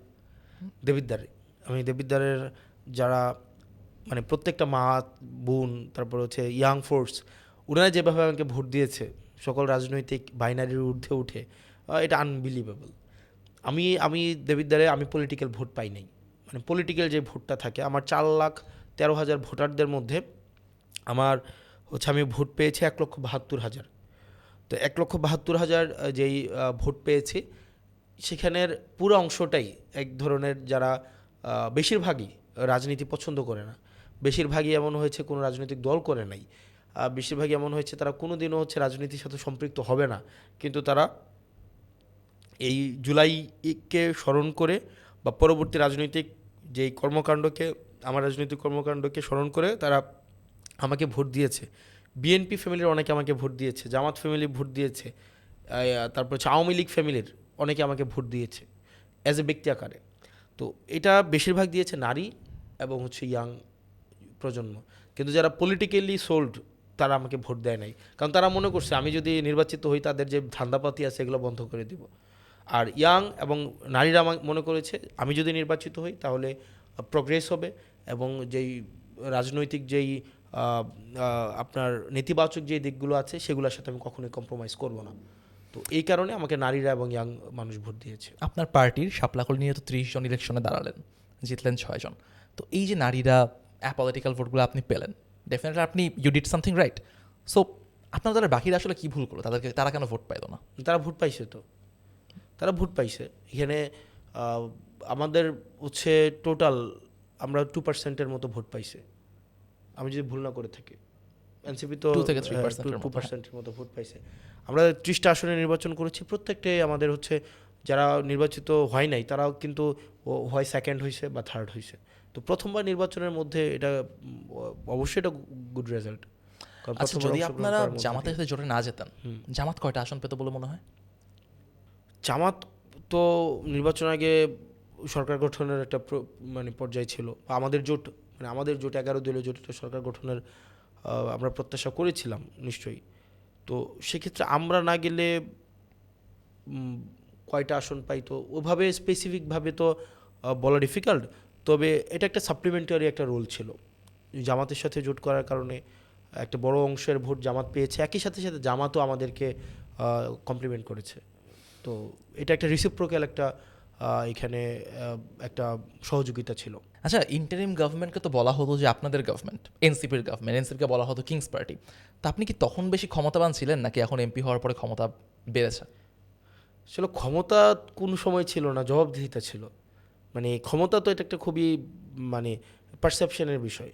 ওই যে ধরেন আপনার সাথে পুলিশ ঘুরতেছে কিনা, গিয়ে একজনকে উঠাই নিয়ে আসতে পারতেছেন কিনা, কাউকে গুম করতে পারতেছেন কিনা, দোকান দখল করতে পারতেছেন কিনা, চাঁদা নিতে পারতেছেন কিনা, ওইটার যদি আপনি পারফর্ম করতে পারেন তার মানে আপনি ক্ষমতাবান। কিন্তু আমরা ফ্রম ডে ওয়ান তো এগুলোর বিরুদ্ধে আমরা ছিলাম। আমরা তো এই যেই ক্ষমতার যেই আমাদের মানুষ পটে যে ধারণাটা আছে সেটার বিরুদ্ধেই তো আমরা ছিলাম, বরং জবাবদিহিতার মধ্যে সবসময় ছিলাম। ইন্টারিম গভর্নমেন্টের সময় জবাবদিহিতা ছিলাম, জবাবদিহিতা সবসময় করতে হইতো, কয় টাকা ইনকাম করি, কী শার্ট পরি, কী খাই, কোথায় যাই, কোন গাড়িতে উঠি। তারপরে হচ্ছে এই যে একদম 24/7 এক ধরনের একটা অ্যাকাউন্টেবিলিটি ছিল, এখনও সেম অ্যাকাউন্টেবিলিটি। তো সেই ধরনের ক্ষমতা প্রদর্শনের যেহেতু কোনো ধরনের চিন্তা বা কোনো ধরনের আর্জ কখনো হয় নাই, সেজন্য এটার খুব বেশি পার্থক্য কখনোই ফিল করি না। কিন্তু ক্ষমতা তো আসলে এখন দেখা যাচ্ছে সরকারের পক্ষ থেকে। আপনারা স্লোগান দিয়েছিলেন জান দেবেন, জুলাই দেবেন না, কিন্তু জুলাই তো এই যে অধ্যাদেশগুলোর সাথে সাথে হাত ফসকে বের হয়ে যাচ্ছে। তা আপনারা আসলে এই বড় সড়ো রেজিস্ট্যান্সটা কবে করবেন? এখন রেজিস্ট্যান্স তো এটা একটা দুইটা ইভেন্টের মধ্যে সীমাবদ্ধ না, এটা একটা একটা ধারাবাহিক প্রক্রিয়া। আমরা যে রেজিস্ট্যান্সের মধ্যেই আছি, আমরা পার্লামেন্টে আমাদের তো রেজিস্ট্যান্স আমরা করেছি, আমরা তো প্রত্যেকটা জায়গায় আমরা আমাদের বিরোধিতা আমরা উপস্থাপন করেছি, একই সাথে সাথে আমাদের স্ট্রিটেও আমাদের অ্যাক্টিভিটি চলছে, এবং মানুষের মধ্যেও যে এই যে ব্যক্তি পর্যায়ের যেই ক্ষোভ, ব্যক্তি পর্যায়ে যে অসহিষ্ণুতা, বা ব্যক্তি পর্যায়ে যেই ধরনের সরকারের এই কর্মকাণ্ডের প্রতি এক ধরনের মানুষের বিতৃষ্ণা তৈরি হচ্ছে, এটাকে আসলে ম্যানেজ করাটাই হচ্ছে, বা এটাকে একীভূত করাটাই হচ্ছে কিন্তু আমাদের এখন প্রধান কাজ। সেটার মধ্য দিয়ে বৃহৎ পরিসরে রেজিস্ট্যান্স সেটাকে দৃশ্যমান করানোটা, এটা এটা একটা দীর্ঘমেয়াদী প্রক্রিয়া, এটা প্রক্রিয়ার বিষয়, এবং এই প্রক্রিয়ার চূড়ান্ত পর্যায়ে হচ্ছে এটা ভিজিবল হয়। এবং গভর্নমেন্ট যেই গতিতে যাচ্ছে, মানে গভর্নমেন্ট যেই গতিতে হচ্ছে জনবিরোধী অবস্থান নিচ্ছে, আশা করি খুব বেশি দিন সময় লাগবে না। মানুষ জুলাই যেভাবে স্বতঃস্ফূর্তভাবে রাস্তায় নেমে আসছে, ঠিক একইভাবে অনেক, যদিও বিএনপির অ্যাক্টিভিস্টরা বা অনেকে বলার চেষ্টা করে প্রত্যেকদিন জুলাই হয় না, এটা সত্য, প্রত্যেকদিন জুলাই হয় না। আবার একই সাথে সাথে এটাও সত্য, যেই দিন হয় সেই দিন কিন্তু খুব বেশি সময় লাগে না। তো আপনার আওয়ামী লীগ 17 ইয়ার্স সময় নিয়েছে, মানে যে এটা সবসময় 17 ইয়ার্স হবে আবার তেমন না, এটা বেশিও হইতে পারে, আবার মানে 17 ডেজও হইতে পারে, 17 ইয়ার্সও হইতে পারে, আবার 34 ইয়ার্সও হইতে পারে। কিন্তু যখন জনগণ রুখে দাঁড়ায় তখন কিন্তু আর পালানোর জায়গা থাকে না। বিএনপির বর্তমান অ্যাক্টিভিটি দেখে মনে হইতেছে না যে তারা খুব বেশি সময় দিতে রাজি মানুষকে, তারা তাড়াতাড়ি মানুষকে রাস্তায় নামাইতে তারা সব ধরনের আয়োজন তারা করছে বলেই মনে হচ্ছে। সেজন্য মনে হয় না যে খুব বেশি দিন সময় লাগবে। যেহেতু বিএনপির কথাবার্তা চলে আসলো, একটা প্রশ্ন আসলে করা লাগে। এই যে এস আলম গ্রুপ ছিল আওয়ামী লীগের সময়, আমরা বলতাম শেখ হাসিনার ক্যাশিয়ার, প্রচুর টাকা লুট করেছে। আমরা দেখুন আজকে এই যে একীভূত 5টা ইসলামী ব্যাংক আগের মালিকের কাছে ফেরত দেওয়া হচ্ছে, ইসলামী ব্যাংকের এমডিকে অনির্দিষ্টকালের ছুটিতে পাঠানো হলো সম্ভবত। তো বিএনপিও এস আলমকে তোয়াজ করতেছে, আওয়ামী লীগ তো করেছেই। আপনারা আসলে কি করবেন? মানে এস আলমকে সন্তুষ্ট না করে ক্ষমতায় যেতে পারবেন? রেয়াজ যদি এটা হয় তাহলে আমরাও টাকা পেলে তো ক্ষতি নেই। আসালাম যদি কোনোটা আপনার কাছে লিঙ্ক টিঙ্ক থাকলে বলিয়েন, টাকা পয়সা দিলে ফাইন। তো যেটা হয়েছে, আমি কিছুদিন আগে পার্লামেন্টে একটা প্রশ্ন করছিলাম, সেটা হচ্ছে যে আপনার লিখিত প্রশ্ন, যে আমাদের সবচেয়ে বড় 20টা ঋণ খেলাপি প্রতিষ্ঠানের তালিকা দেওয়ার জন্য তো দেওয়া হয়েছিল। তো ওখানে 20টার মধ্যে 9টাই হচ্ছে আসালামের। তো এই আসালামের অনেক এই প্রতিষ্ঠানগুলোকে বাঁচিয়ে রাখার জন্য, কারণ দিন শেষে তো মানুষ ওখানে টাকা রাখছে, আপনার ইন্টারিম গভর্নমেন্ট 36,000 কোটি টাকা দিছে, 36,000 সিআর টাকা দিছে আপনার এই প্রতিষ্ঠানগুলোকে। এখন একটা নিয়ম করা হয়েছে, 7% যদি আবার ফেরত দেওয়া হয় তাইলে ওই আগের যে মালিকগুলা তারা আবার ব্যাংক ফেরত পাবে। সেখানে ইন্টারিম গভর্নমেন্টের কিন্তু স্ট্রিক্ট একটা অবস্থান ছিল যে আগের মালিকরা কখনোই তার মালিকানা ফেরত পাবে না, কারণ ভাই সে জনগণের টাকা মারছে, এবং 82,000 কোটি টাকা, 82,000 সিআর হচ্ছে আপনার নিচে আপনার ইসলামী ব্যাংক থেকে অ্যাসালম 82 কোটি টাকা। এই 82 কোটি টাকা নিল, 82,000 কোটি টাকা, 82,000 কোটি টাকা নেওয়ার পর ব্যাঙ্কগুলো যখন ফাঁকা করলো তখন এই গভর্নমেন্ট আবার এটাকে হচ্ছে রিফিল করলো 36,000 কোটি টাকা দিয়ে। এখন আপনার অ্যাসালম গ্রুপ কি করলো, যদি 7% টাকা ব্যাক করে, 26-28 কোটি টাকার মতো যদি ব্যাক করে, তাইলে সে আবার তার মালিকানা ফেরত পাবে। তো এটা তো হচ্ছে অপরাধীকে আরও বেশি পুরস্কার দেওয়া হলো। তো এটা এই বিএনপি এই যে একটা জনবিরোধী অবস্থান নিল, এবং আমার কাছে মনে হয় এটা ব্যক্তি স্বার্থে এটা হয়েছে, বিএনপি দল আকারে আমার মনে হয় না। এবং বেগম জিয়া যদি বেঁচে থাকতেন উনি তো নিশ্চয়ই এটার বিরোধিতা করতেন, এবং উনি মনে হয় যে কবরও উনি হচ্ছে এটার জন্য মনে হয় বিএনপির বর্তমান অবস্থানের জন্য আমি নিশ্চিত উনি বেঁচে থাকলে লজ্জিত ফিল করতেন। কারণ এস আলমকে যেভাবে এখন পৃষ্ঠপোষকতা দেওয়া হচ্ছে, ঋণ খেলাপিদেরকে যেভাবে পৃষ্ঠপোষকতা দেওয়া হচ্ছে, এবং তাদেরকে আবার ব্যাংকে ফিরিয়ে নিয়ে এসে তাদেরকে আবার রিওয়ার্ড করার যেই ধরনের আয়োজন সংসদে জোচ্চুরের মাধ্যমে করা হলো, কারণ এই আইনটা, এই সংশোধনীটা যে সংসদে উত্থাপন করা হয়েছে, এটা বিরোধী দলের সাথে আলোচনা করা হয়নি, এটা একটা জোচ্চুরি করা হয়েছে। এই আয়োজনটা যেটা করা হয়েছে এবং জনবিরোধী যে অবস্থানটা নেওয়া হয়েছে, এটা বিএনপির 2-1টা মানুষ এখান থেকে বেনিফিটেড হবে, যারা হচ্ছে আপনি এখন অ্যাসালমের কেশিয়ার যারা হয়েছে, যারা অ্যাসালমের গাড়ি ব্যবহার যারা এখন করছে, যারা ফাদার অফ অ্যামেন্ডমেন্ট মানুষ যাদেরকে বলে, যারা হচ্ছে এখন মানে এক ধরনের সংবিধান প্রণেতা হিসাবে নতুনভাবে আবির্ভূত হচ্ছে, যারা তারা বেনিফিটেড, এবং তারা তো নিজেরা ডুববে, তারা নিজের দলটা নিয়েও ডুববে। এবং তখন দেখবেন যে এই দলের অনেকেই বলবে যে এই ভদ্রলোক বা এই ভদ্রলোকেরা বা এই ভদ্রলোকগণ আমাদের এই পার্টিটাকে হচ্ছে অন্ধকারের দিকে নিয়ে গিয়েছে। এবং এটা বাংলাদেশের জন্য এটা খুব একটা ব্যাড এক্সাম্পল হলো, টেক্সট বুক এক্সাম্পল। আমাদের একটা কথা ছিল আর কি, যে ইউনূসের আমলে বা অন্তর্বর্তীকালীন সরকারের আমলে প্রচুর মবের উত্থান হয়েছে, মাজার ভাঙা হয়েছে, এই করা হয়েছে, সেই করা হয়েছে। তো আমরা জানতাম যে ইলেকশন হলে সেই মব কালচার থেমে যাবে। আনফর্চুনেটলি সেটা মনে হয় সত্যি না। কালকে একজন পীরকে পিটিয়ে হত্যা করে ফেলা হলো। তো এই যে মব কালচার চলছে, থামার কোনো নামগন্ধ নাই। আপনাদের কি মনে হয় এটার পিছনে আপনাদের কোনো দায় আছে? প্রতিবাদহীনতার দায় হতে পারে, আশকারা দেওয়ার দায় হতে পারে, যে কোনো কিছু? হ্যাঁ, দায় আমাদের আছে তো, কারণ স্বরাষ্ট্রমন্ত্রীকে তো মনে হয় আমরা বসাইছি না, স্বরাষ্ট্রমন্ত্রী তো আমাদের মনে হয় আমাদের পার্টি থেকে মনে হয় দেওয়া হয়েছে, যেহেতু সব দায় এনসিপির, মানে যা কিছু খারাপ সব দায় এনসিপির। এখন তো ভাই গভর্নমেন্টে আছে বিএনপি, তার নিজস্ব স্বরাষ্ট্রমন্ত্রী আছে, সে যদি মানে ব্যর্থ হয় তাহলে এটা দায় এনসিপির হবে কেন? তো আপনি যদি দিতে চান আমরা নিতে রাজি আছি, কারণ না, অনেকে দিতে চায়। হ্যাঁ, সবসময় মানে হ্যাঁ অবশ্যই দিতে চায়, সব দায় তো এনসিপির। কেন বিএনপি হচ্ছে এই অর্ডিন্যান্সের বিরুদ্ধে অবস্থান নিয়েছে, এই দায়ও এনসিপির, কেন মব কালচার থামছে না, এই দায়ও এনসিপির। তো মাঝে মাঝে মনে হয় যে আসলে কি এনসিপি বিরোধী দল না সরকারি দল? মানে হচ্ছে আমাদের হচ্ছে একটা সবচেয়ে অসহনীয় অবস্থায় হচ্ছে যখন আপনার মানে responsibility without authority is very problematic. এনসিপির রেসপন্সিবিলিটি আছে, কিন্তু এনসিপির ইন্টারিম গভর্নমেন্টেও কোনো অথরিটি ছিল না, বর্তমানেও কোনো অথরিটি নাই, খুব স্বাভাবিকভাবে অথরিটি নাই। কিন্তু আপনার রেসপন্সিবিলিটিও আছে, আপনার অথরিটিও আছে, যখন আপনি সেটাকে আপনি পালন করছেন না তখন সেই জন্য আপনাকে অ্যাকাউন্টেবল করা দরকার। এখন তো আপনার রেসপন্সিবল অথরিটিকে আপনার হচ্ছে স্বরাষ্ট্রমন্ত্রী, এখন হচ্ছে ওনার তো অথরিটি আছে, তাহলে ওনাকে অ্যাকাউন্টেবল করেন আপনারা। আপনারা অলওয়েজ মানে use to point your finger at someone, যে হচ্ছে ঢাল তলোয়ার ছাড়া মানুষ। তো এখন আপনার স্বরাষ্ট্রমন্ত্রী উনি তো অবশ্যই উনি ব্যস্ত থাকেন, তো উনি অনেক ব্যস্ত থাকেন। উনি পার্লামেন্টে সংবিধান নিয়ে ব্যস্ত থাকেন, সংস্কার নিয়ে ব্যস্ত থাকেন, উনি অ্যাসালমকে কীভাবে হচ্ছে দেশে নিয়ে আসা যায় সেগুলো নিয়ে ব্যস্ত। এত কাজের মধ্যে এই বিচ্ছিন্ন ঘটনাগুলোতে মনোযোগ দেওয়ার সুযোগ উনি পায় বলে মনে হয় না। তো পাবেন আশা করি, অ্যাসালম যদি দেশে আসেন ওনার ব্যস্ততা একটু কমবে। সংবিধান যদি সংস্কার হয়ে আগের জায়গায় যায় তখন ওনার একটু ব্যস্ততা কমবে। অর্ডিন্যান্সগুলো যদি একটু বিল আকারে পাশ হয়ে মেজরিটি নিয়ে একটু একটু শক্ত অবস্থানে যায়, একটু ভালো হয়, তখন আশা করি ব্যস্ততা কমবে। তখন উনি সময়ে পাইলে মনে হয় উনি এই মবের বিরুদ্ধে আশা করা যায় উনি ব্যবস্থা নেবেন। আমরা সেই সময় পর্যন্ত নাকি একটু সময় দিই। আপনি বলেন যে এনসিপি নেতাদের বা এনসিপির অথরিটি নাই, ইন্টারিম আমলও ছিল না, কিন্তু আমরা তো ইন্টারিম আমলে এনসিপির বিরুদ্ধে অজস্র দুর্নীতির অভিযোগ শুনেছি।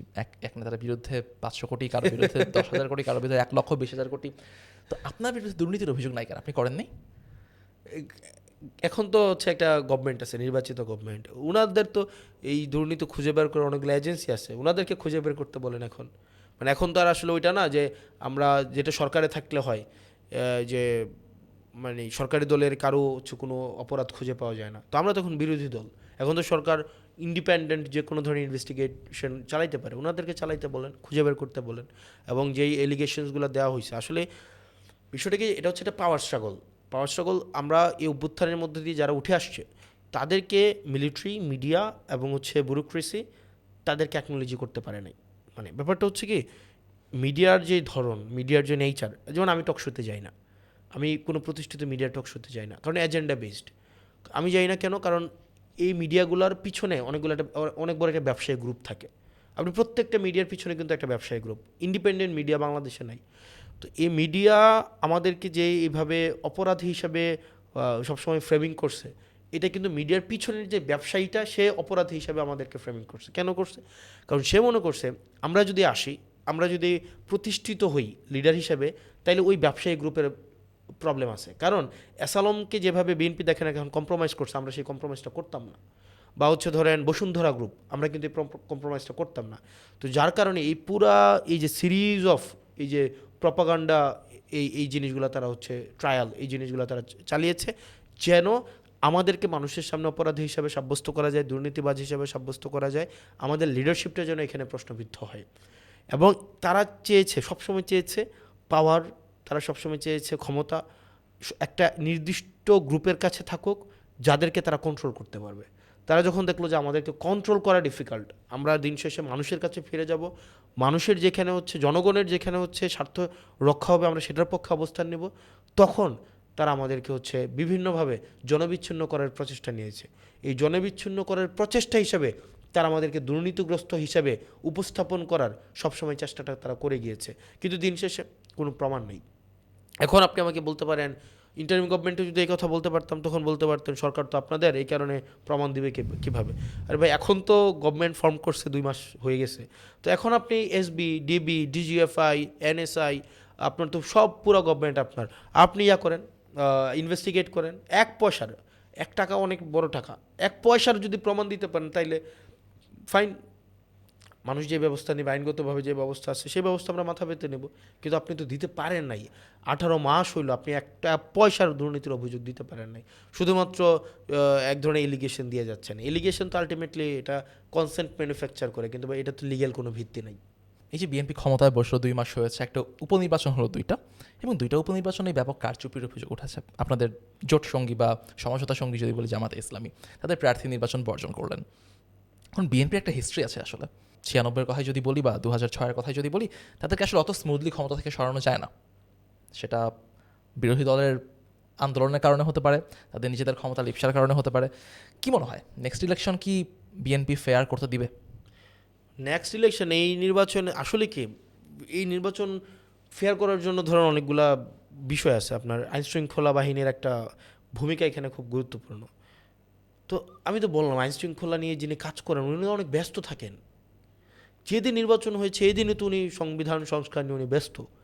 তো ওনার ডিপার্টমেন্ট প্রপারলি ফাংশন করছে কিনা এটা দেখার তো ওনার সময় নাই। তো সেই জায়গা থেকে বগুড়ার উপনির্বাচনে আইনশৃঙ্খলা বাহিনী কী রোল প্লে করেছে সেটা তো নিশ্চয়ই স্বরাষ্ট্রমন্ত্রী জানার কথা না। তো সেটা সুযোগ হয়তো নিয়েছে বিএনপি দল আকারে। এবং অনেকেই বলছে, মানুষ বলছে আর কি, যে 96-র যে মাগুরা এটা আবার বগুড়াতে ফিরে আসছে, মানুষ বলে আর কি। তারপরে হচ্ছে রাজনৈতিক দলগুলো এখন তো বলছে, সিভিল সোসাইটি বলছে, আমরাও তো এখন বলছি যে 96 সালের মাগুরার যেই নির্বাচনী নাটক বিষয়টা মঞ্চস্থ হয়েছে সেটার আবার পুনর্মঞ্চায়ন ঘটল হচ্ছে বগুড়াতে। তো এবং শুধুমাত্র বগুড়ার নির্বাচন তো না, নির্বাচন যে ঠেকিয়ে দেওয়ার এক প্রবণতা, সাস্টেন নির্বাচন দেখলেন আপনি, দিল না। আপনার অনেকগুলা নির্বাচন কিন্তু বিএনপি হচ্ছে, বিসিবি যে এক ধরনের একটা পরিস্থিতির মধ্য দিয়ে বিসিবিকে দখল করার যে একটা বিষয় ছিল, বাংলাদেশ ব্যাংক যে দখল করার একটা বিষয় আমরা দেখেছি। তো সার্বিকভাবে এই ছবিগুলো যখন আমরা দেখি তখন হোক এরকম আরও কিছু নির্বাচন হোক সামনে, স্থানীয় সরকার নির্বাচন যদি এই ধরনের হয় ভালো। মানে এই ধরনের যদি বগুড়া টাইপ নির্বাচন বা হচ্ছে বাংলাদেশ ব্যাংক টাইপের হচ্ছে, এবং এগুলো হওয়া উচিত, এগুলো হইলে আমাদের জন্য সুবিধা। কারণ বিরোধী দল রাজনীতি কী নিয়ে করবে, এগুলো হোক, মানুষ বুঝুক যে আসলে বিএনপি কী ধরনের I have a plan type, মানে আই হ্যাভ প্ল্যানটা আসলে বিএনপির প্ল্যানটা কি, এটা তো কাজের মধ্য দিয়ে তো এক্সিকিউট হবে। এটা এই ধরনের নির্বাচনগুলো হইলে মানুষ আসলে বুঝতে পারবে। যে বিষয়টা আপনারা মিস করেন, স্থানীয় সরকার নির্বাচন কেমন হবে সেইটাতে যাওয়ার আগে স্থানীয় সরকার নির্বাচন ব্যবস্থাটাকে যে বিএনপি ভেঙে ফেলেছে সেটা নিয়ে কিন্তু আপনারা কথা বলেন না।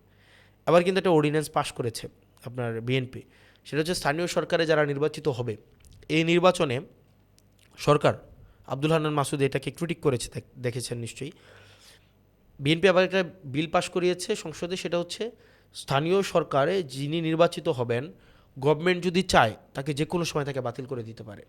ধরেন একটা মেয়র নির্বাচিত হইলো, উপজেলা চেয়ারম্যান নির্বাচিত হইলো, ভাইস চেয়ারম্যান নির্বাচিত হইলো, বিএনপির কাছে মনে হইলো বা সরকারের কাছে মনে হইলো ওই ভদ্রলোক কোনো একটা সরকার বিরোধী কাজ করেছে, তখন তাকে বাদ দিয়ে দিতে পারবে। কারণ ওইখানে লেখা আছে বিশেষ পরিস্থিতিতে সরকার চাইলে তাকে বাদ দিয়ে দিতে পারে। তাইলে আপনার এই যে স্থানীয় সরকার এক ধরনের গণতন্ত্রহীনতার এক ধরনের ইনস্টিটিউশনালাইজড করা হইল, এবং বিএনপির একটা মানুষকে সেটার প্রতিবাদ করতে দেখা গেল না। তারা সবসময় বলে আসছে তারা গণতন্ত্রর জন্য দীর্ঘ 17-18 বছর লড়াই করেছে। লড়াই করে এসেই তারা প্রথম যে কাজটা করলো, স্থানীয় সরকার ব্যবস্থাটাকে ডাকাতির মধ্য দিয়ে নষ্ট করে ফেললো। এবং এটা সংসদীয় হচ্ছে বিলের মধ্য দিয়ে সালাউদ্দিন সাহেব থেকে শুরু করে বিএনপি নেতারা বলেন যে যেই ভালো আইনগুলা এগুলা আমরা পরবর্তীতে প্রণয়ন করব। তাইলে ইন্টারিম গভর্নমেন্ট যদি অর্ডিন্যান্সটা করে যায়, আপনি এটাও বাতিল করে দিতেন, কিন্তু আপনি ঠিকই এটা গ্রহণ করেছেন। গ্রহণ করার মধ্য দিয়ে স্থানীয় সরকার ব্যবস্থাটাকে একদম নষ্ট করে দেওয়া হয়েছে। কারণ কোন উপজেলা চেয়ারম্যান, কোনো মেয়র, কোনো কাউন্সিলর, কোনো কেউ এখন আর সরকার বিরোধী কোনো অবস্থান নেবে না।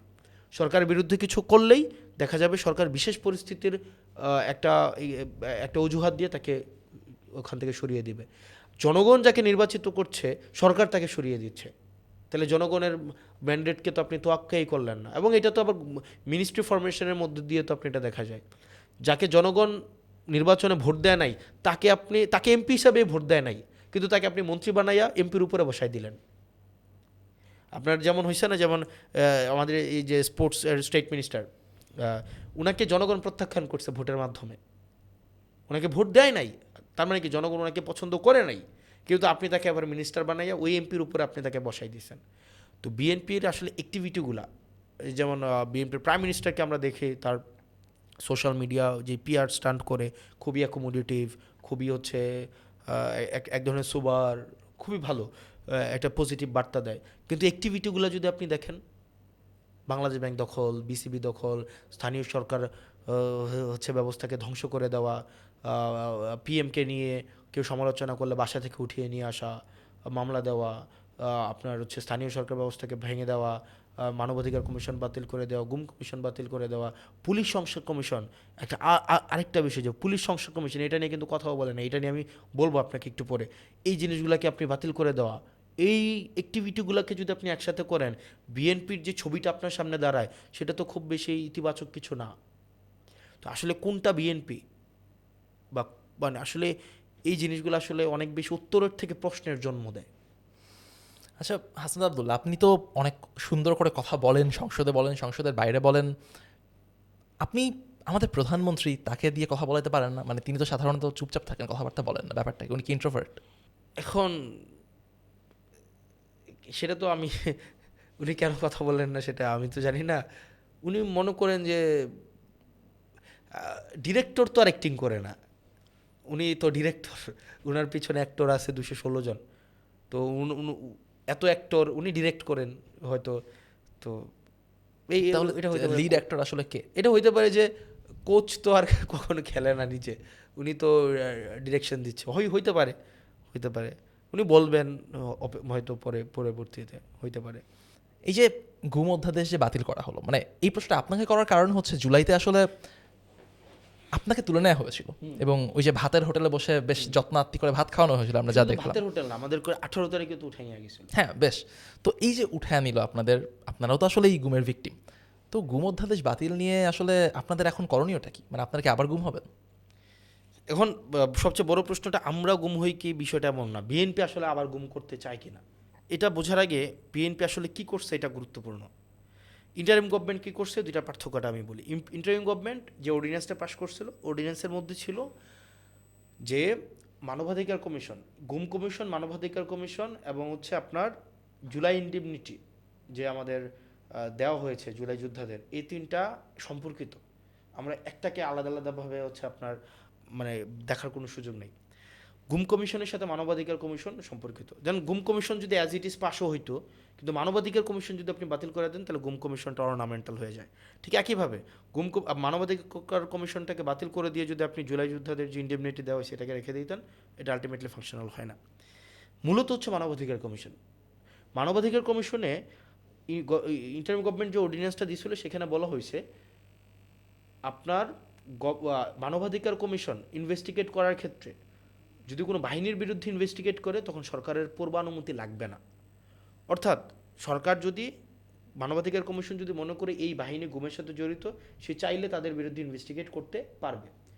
আর বিএনপি কি করলো, বিএনপি করছে যে না, বাহিনীর বিরুদ্ধে যদি আপনি ইনভেস্টিগেট করেন তাহলে বাহিনীর অনুমতি লাগবে, স্বরাষ্ট্রমন্ত্রীর অনুমতি লাগবে বা মন্ত্রণালয়ের অনুমতি লাগবে। সেটা দেখেন তো, গুমটা যে হইল 2009-এর পরবর্তী সময়টা, এই গুমের সাথে কারা জড়িত?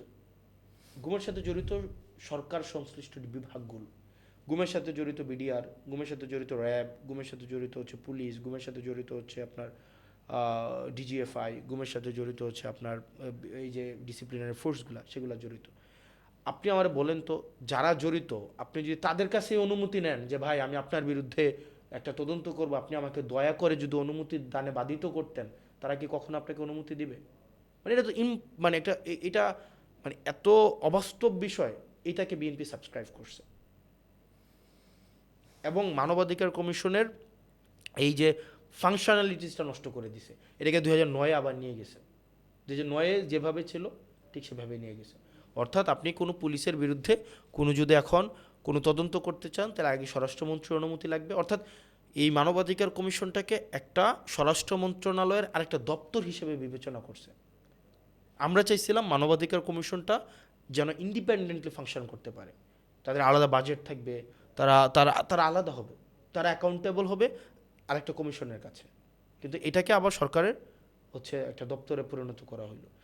এটা করাটা যে করা হইলো, এক্ষেত্রে নিয়তের সহি নাফসানিয়াতটা নিয়ে আমরা প্রশ্ন করতে চাই।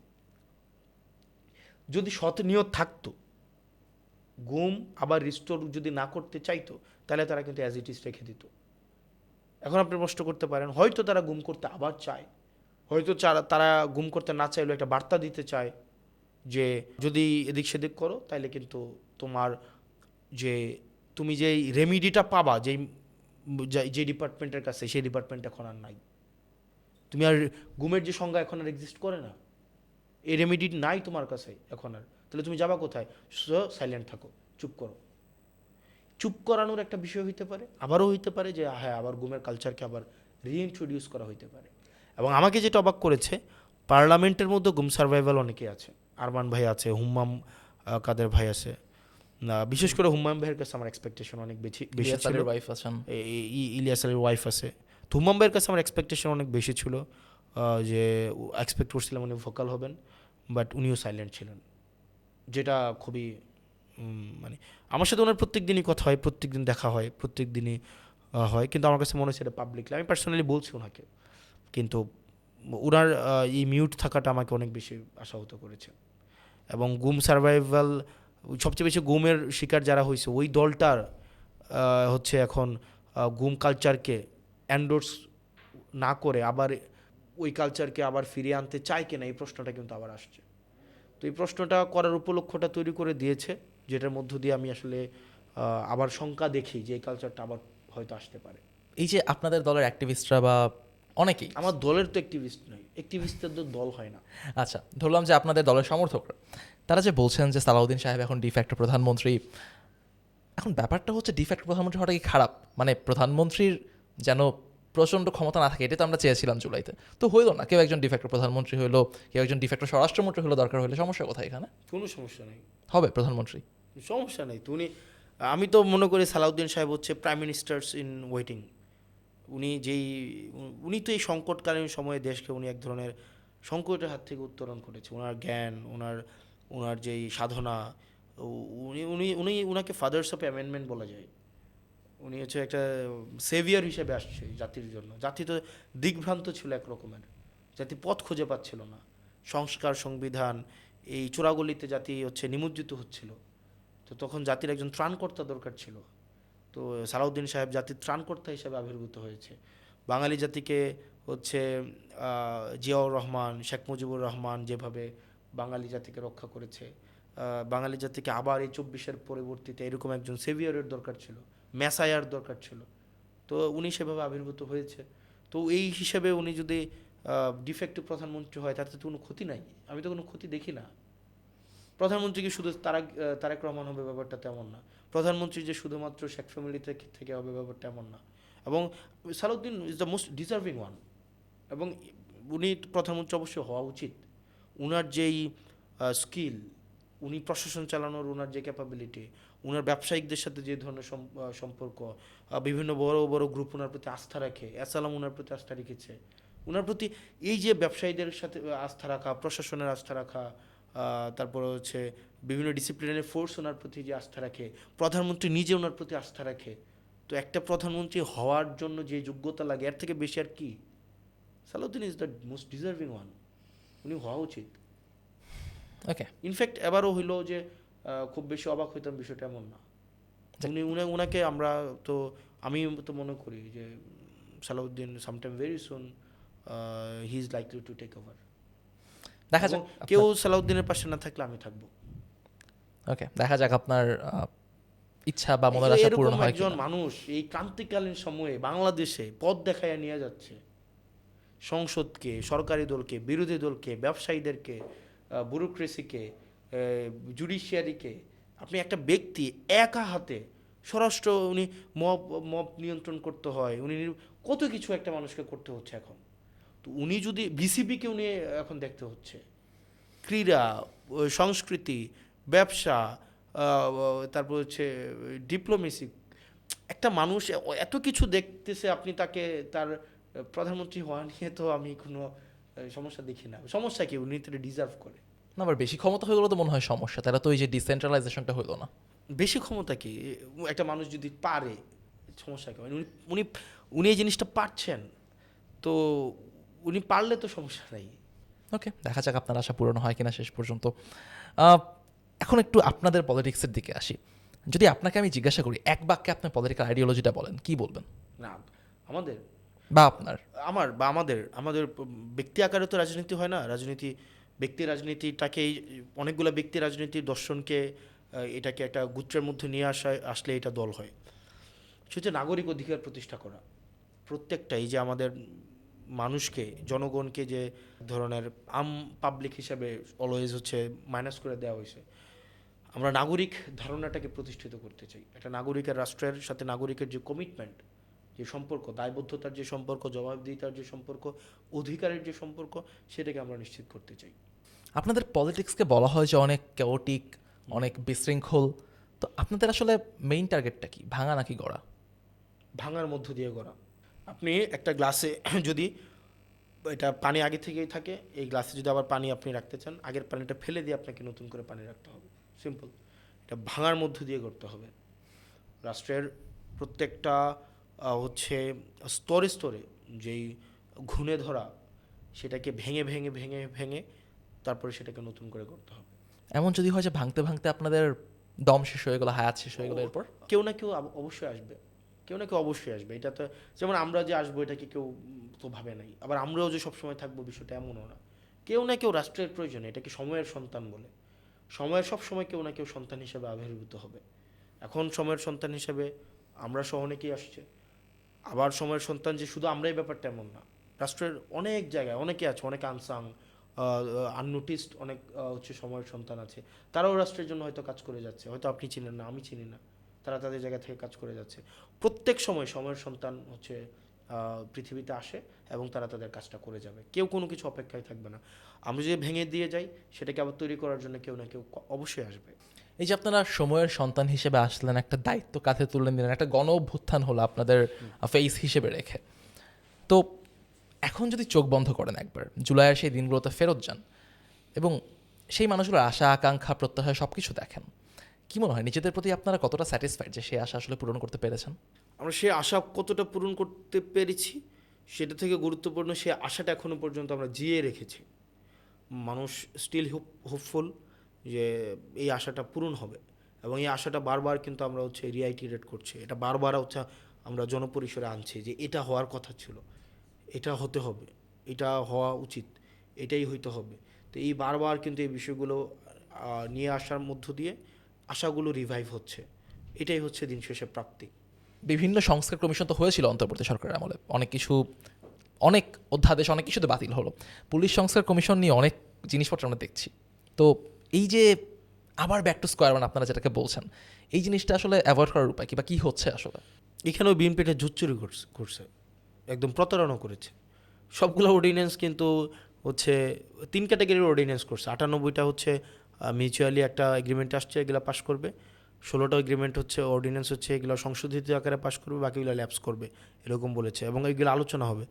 পুলিশ সংস্কার কমিশন বলা হয়েছিল যে এটা আলোচনা করবে, এটা আলোচনাই করে না, এটা উঠানোই হয় নাই সংসদে পুলিশ সংস্কার কমিশন। অথচ পুলিশ সংস্কার কমিশনটা আমাদের জন্য জরুরি ছিল। কেন জরুরি ছিল দেখেন, দিন শেষে কিন্তু পুলিশকে যদি জনপরিসরে পুলিশ সম্পর্কে ধারণা, আমরা মনে করি পুলিশ শুধু ঘুষ খায়, পুলিশ খারাপ, পুলিশ শুধু জনগণকে পিটায়। কিন্তু আপনি যদি পুলিশের সমস্যাগুলো দেখেন, মানে এই রাষ্ট্রের যদি সবচেয়ে নিরীহ প্রকৃতির চাকরিজীবী থাকে, তারা হচ্ছে পুলিশ। আমি লাস্ট 1 বছরে, আমার আগে এই অভিজ্ঞতা ছিল না, লাস্ট 1 বছরে দেখছি পুলিশকে গঠন করা হয়েছিল ধরেন সিপাহী বিদ্রোহের পরে। 1857 সালে যখন সিপাহী বিদ্রোহ হয়, এরপরে 1861 সালে পুলিশ অ্যাক্টের মধ্য দিয়ে পুলিশকে একটা আধা সামরিক বাহিনী হিসাবে তৈরি করা হয়, একরকমের নিয়ন্ত্রণের জন্য, জনগণকে পিটানোর জন্য, নিয়ন্ত্রণের জন্য। ওই পুলিশ অ্যাক্টের মধ্য দিয়েই কিন্তু এখন পুলিশ চলতেছে। পুলিশ জনবান্ধব কিভাবে হবে? পুলিশ তো রাজনীতি বান্ধব। রাজনৈতিক দলেরা পুলিশকে হাতিয়ার হিসাবে ব্যবহার করে। এখন আপনি একটা দেখেন, এই যে কিছুদিন আগে আবু সাইদ হত্যা মামলার একটা রায় হয়েছে, ওই রায়ে পুলিশ কি বলতেছে যে আমাকে সরকার নির্দেশ দিছে। সে কিন্তু হত্যার দায় অস্বীকার করছে না, কিন্তু সে কি বলছে, আমাকে সরকার নির্দেশ দিছে গুলি চালানোর জন্য। আপনি বলুন তো, এটা পুলিশের কি, সরকার যদি একটা নির্দেশ দেয় সেটাকে অ্যাভয়েড করার কি কোনো সুযোগ আছে? মানে পুলিশ হচ্ছে এমন ভাই, ওরে ধরতে বললে ধরে, মারতে বললে মারে, ছাড়তে বললে ছাড়ে। এটা তথৈবচ অবস্থা। এখন আপনি শুধুমাত্র পুলিশ সংস্কার কমিশনটা কেন দরকার ছিল? কারণ পুলিশ তো একটা ডিসিপ্লিনারি ফোর্স। তাকে যদি আপনি একটা আনলফুল অর্ডার বাস্তবায়ন করতে দেন, সে এটার অভিযোগটা কোথায় করবে? আপনি একদিন রাজারবাগ পুলিশ লাইনে যায়েন, রাজারবাগ পুলিশ লাইনে যদি আপনি যান, গেলে দেখবেন, বা বাংলাদেশের যে কোনো থানায় যান, তাদের যে থাকার যে অবস্থা, ভয়াবহ রকমের খারাপ অবস্থা। রাফা ক্যাম্পেও তো খারাপ অবস্থায় থাকে না। এদের একটা বিছানা নাই, পানির ব্যবস্থা নাই, স্যানিটেশন ফেসিলিটিস নাই। ওদের ডিউটি হচ্ছে আপনার আনকন্ডিশনাল, 16-17 ঘন্টা ডিউটি করে, ওদের ওভার টাইম নাই। আপনি যে পুলিশগুলোকে আমরা ধরেন, পুলিশ সম্পর্কে আমাদের একটা আইডিয়া হচ্ছে কি পুলিশ শুধু ঘুষ খায়। কয়টা পুলিশ ঘুষ খায়? আপনি যে রাস্তার মধ্যে পুলিশ দাঁড়ায় থাকে, বা আপনি যে আপনি কয়েকজন পুলিশকে আপনার জীবনে আপনি কয়টা পুলিশকে ঘুষ দিয়েছেন? আপনি দিছেন? মাঝে মাঝে দেওয়া লাগছে। মানে দেয়া লাগছে, কখন ঘুষ দিছেন? ধরেন ওই ট্রাফিক পুলিশ, এটা সেটা কয়েকটা বিচ্ছিন্ন ঘটনা আছে। পুলিশ, এই ঘটনাটা পুলিশের 5%ও না। কিন্তু আমাদের পুরা পুলিশ নিয়ে কি, পুলিশ শুধু মারে, এবং পুলিশ শুধু হচ্ছে নামের উপায় কি, আপনাকে স্বরাষ্ট্রমন্ত্রী অর্ডার দিল, আপনাকে এসপি অর্ডার দিল, আপনাকে এখানে অর্ডারটা ভায়োলেট করার কি আপনার কোনো সুযোগ আছে? নাই তো। এই কারণে পুলিশ সংস্কার কমিশন 2টা বিভাগ করছিল। আমি যদি একদম সামারি বলি, একটা হচ্ছে সিটিজেন কমপ্লেইন ম্যানেজমেন্ট কমিটি, সিসিএমসি, অর্থাৎ পুলিশ নিয়ে জনগণের যে অভিযোগগুলো আছে সেটা দায়ের করার জন্য কমিশনের কাছে এই কমিটিটা থাকবে। পুলিশ নিয়ে পুলিশের বিরুদ্ধে যত অভিযোগ আছে আপনি ওই কমিটিতে দিতে পারবেন। এবার আসেন, পুলিশের কি নিজস্ব অভিযোগ নাই? পুলিশের কি ক্ষোভ নাই? পুলিশের যে বেতন ভাতা ঠিক নাই, পুলিশকে যে ফুল একটা অর্ডার বাস্তবায়ন করতে হয়, এই ক্ষোভটা তো তার আছে। এটাকে সে কোথায় দিবে? এটা দেওয়ার জন্য আরেকটা ডিপার্টমেন্ট করা হয়েছিল, সেটা হচ্ছিল পুলিশ গ্রিভিয়েন্স রিএড্রেস প্রোগ্রাম, যেখানে পুলিশের বিরুদ্ধে হওয়া যেই ক্ষোভগুলো আছে, যে আপনি পুলিশকে অভিযোগ দিচ্ছেন অভিযোগ নিষ্পত্তি করার জন্য, কিন্তু পুলিশের বিরুদ্ধের অভিযোগগুলো সে কোথায় দিবে? ওইটাকেও বাতিল করে দিছে। পুলিশটা হচ্ছে, পুলিশকে রাষ্ট্র সবসময় হাতিয়ার হিসেবে ব্যবহার করতে চায়, অলওয়েজ পলিটিসাইজ করতে চায়। তার নিয়োগ, তার পদায়ন, তার পদোন্নতি সবগুলাই হচ্ছে পলিটিক্যাল, সবগুলাই পলিটিক্যাল।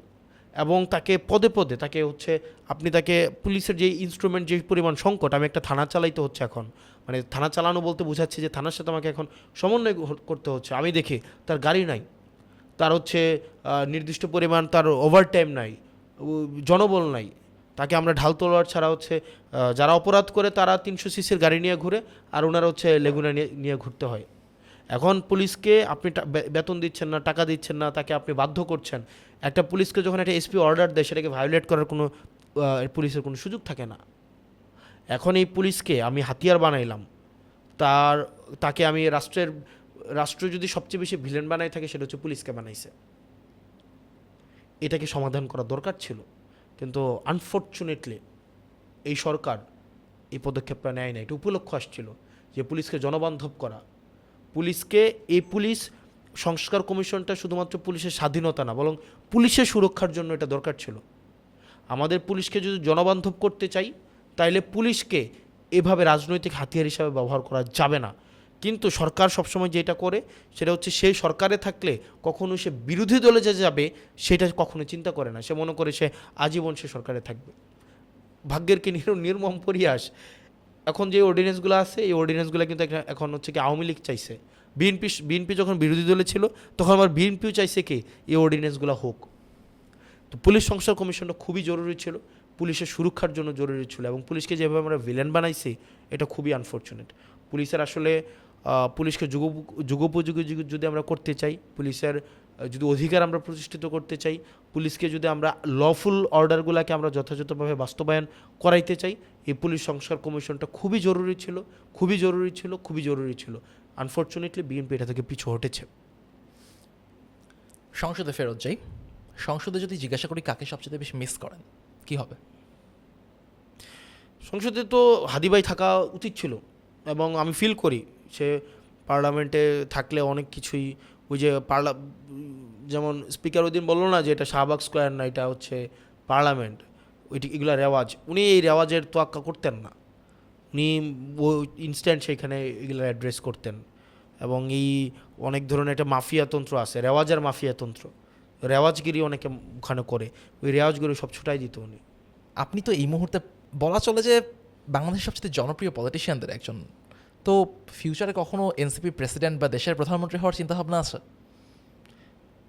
দেশের প্রধানমন্ত্রী ক্যান্ডিডেট তো অনেকেই আছে, অলরেডি প্রাইম মিনিস্টার ওয়েটিং আছে।